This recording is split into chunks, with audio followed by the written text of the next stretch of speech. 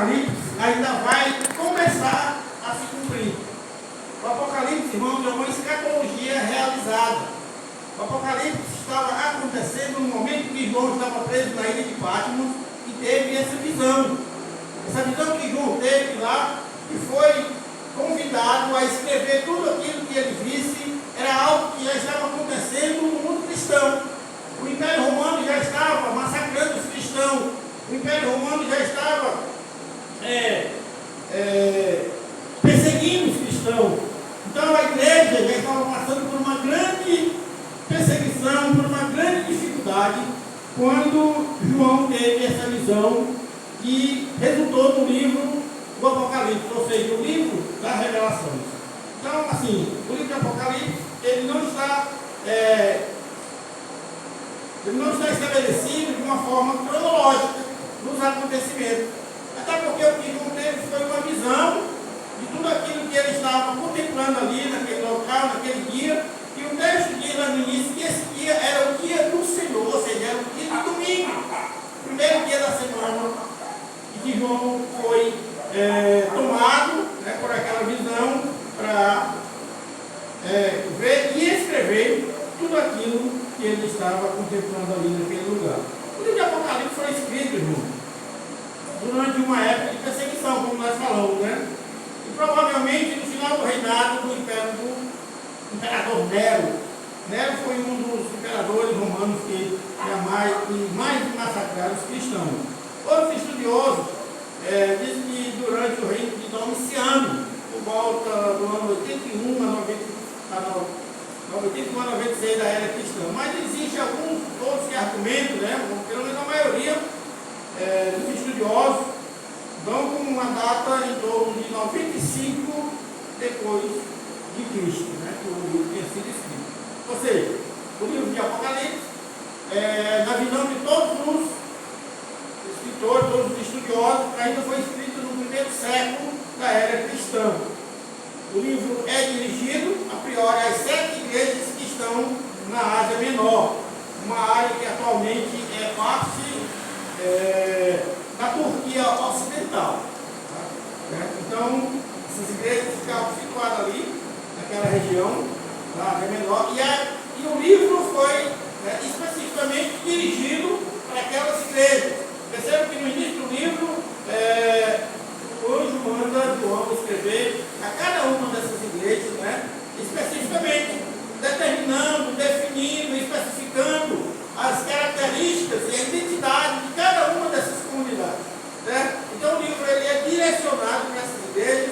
Agora, sem sombra de dúvida, essas igrejas aqui eram apenas reflexos do que viria a acontecer no futuro e que a igreja que haveria de se propagar a partir daquele momento deveria também carregar na sua estrutura espiritual essas mesmas características, com virtudes e defeitos, como aqui estão apresentados.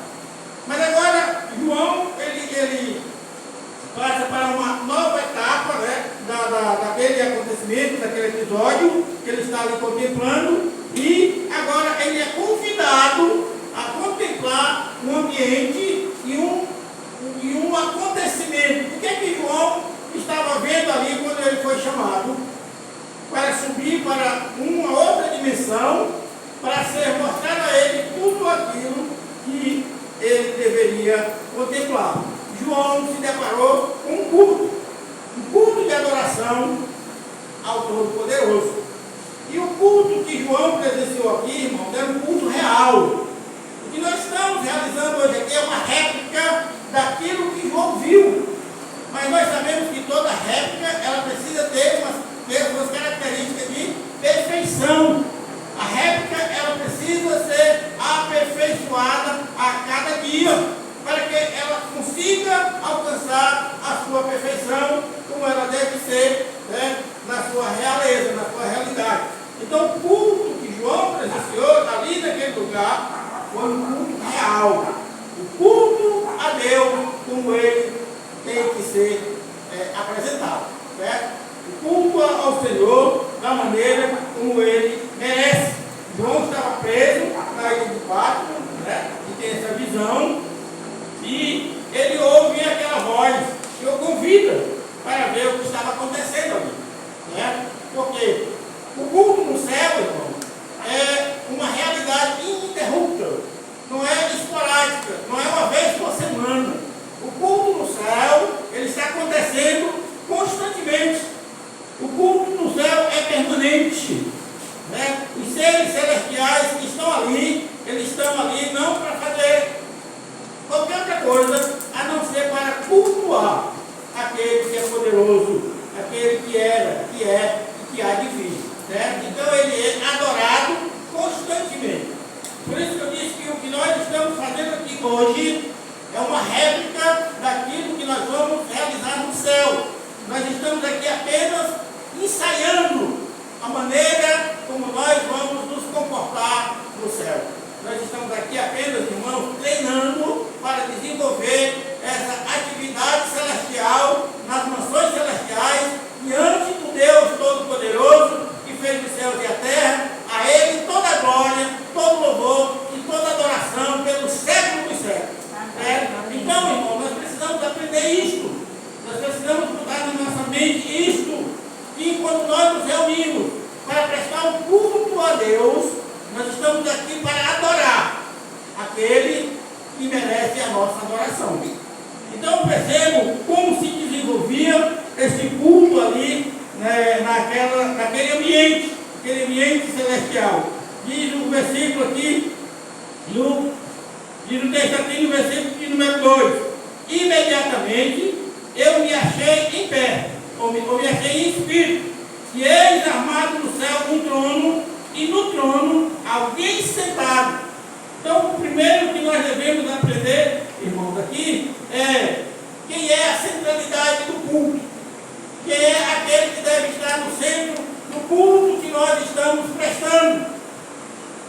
Foi aquilo que aquela imagem, aquela figura que João viu ali. Alguém que estava sentado no trono. E João vai descrever as suas características. E esse que se acha sentado é semelhante no aspecto a pedra de jaspe e de sardônio. Então era um semblante assim esplêndido, que era, podemos dizer, indescritível. João diz que ele era semelhante no aspecto. João não descreve todas as suas características minuciosamente, porque não tem como.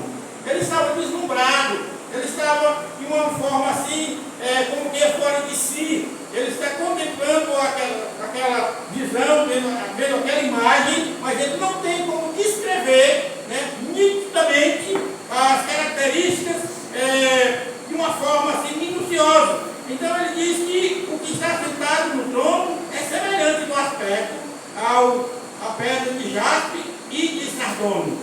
E ao redor do trono há um arco-íris semelhante ao aspecto à esmeralda. Então, João vai ver ali todo o cenário, certo, que está montado para se realizar um culto solene àquele que é merecedor do louvor, da adoração, da honra e da glória. Tem todo um aparato, toda uma estrutura, certo?